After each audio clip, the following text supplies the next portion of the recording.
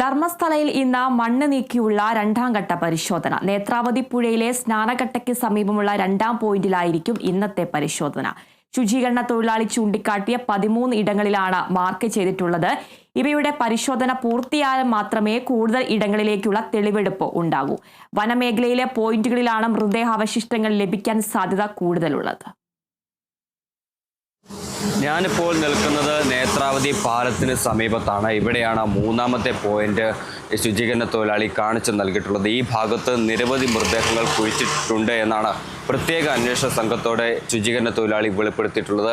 ഇന്നലെ ആദ്യ പോയിന്റ് കേന്ദ്രീകരിച്ചായിരുന്നു പരിശോധന നടത്തിയത്. പക്ഷേ പരിശോധനയിൽ ഒന്നും കണ്ടെത്താൻ സാധിച്ചില്ല. പുഴയുടെ തൊട്ട് സമീപത്താണ് ആദ്യഘട്ട പരിശോധന നടത്തിയത്. അതുകൊണ്ട് തന്നെ ഇത്തരത്തിൽ കുഴി കുഴിക്കുമ്പോൾ വലിയ രീതിയിൽ വെള്ളം നിറഞ്ഞു വരുന്നൊരു സാഹചര്യമുണ്ട്.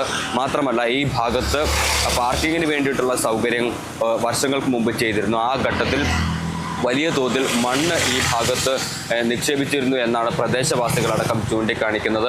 ഇന്നും രണ്ടാമത്തെ പോയിന്റിലും മൂന്നാമത്തെ പോയിന്റും കേന്ദ്രീകരിച്ചായിരിക്കും പ്രധാനമായും പരിശോധന നടത്തുക. ഈ 2ഉം 3ഉം പോയിന്റ് കേന്ദ്രീകരിച്ച് പരിശോധന നടത്തുമ്പോൾ ഇത്തരത്തിൽ മൃതദേഹങ്ങൾ കണ്ടുകിട്ടാനുള്ള സാധ്യതയാണ് കൂടുതൽ കാണുന്നത്. കാരണം ഇത്തരത്തിൽ മൂന്നാമത്തെ ഭാഗം എന്ന് പറയുന്നത് വെള്ളം കയറാത്ത ഭാഗമാണ്.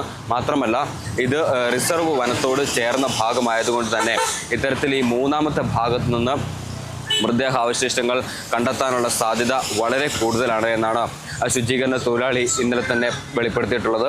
ഇന്നലെ ആദ്യഘട്ട പരിശോധന പുരോഗമിക്കുന്ന സാഹചര്യത്തിൽ ശുചീകരണ തൊഴിലാളി അന്വേഷണ സംഘത്തോട് വ്യക്തമാക്കിയ ഒരു കാര്യം ഇതാണ്: വർഷങ്ങൾക്ക് ശേഷം ഈ സ്ഥലത്തിൻ്റെ ഘടനയിൽ ഒരുപാട് മാറ്റം വന്നിട്ടുണ്ട്. അതുകൊണ്ട് തന്നെ ഈ മൃതദേഹങ്ങൾ കണ്ടെത്തുന്നതിൽ പ്രയാസമുണ്ട് എന്നാണ് അറിയിച്ചിട്ടുള്ളത്. ഇപ്പോൾ നമ്മൾ ദൃശ്യങ്ങളിൽ കാണുന്ന പോലെ പോലീസ് ഉദ്യോഗസ്ഥരടക്കം വലിയ രീതിയിലുള്ള കാവലാണ് ഈ പ്രദേശത്ത് ഏർപ്പെടുത്തിയിട്ടുള്ളത്.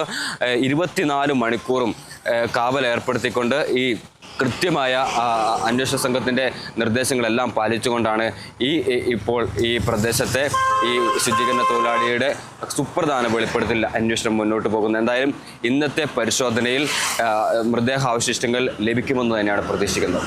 Joseph Augustine, Kerala vision news, Dharmasthala.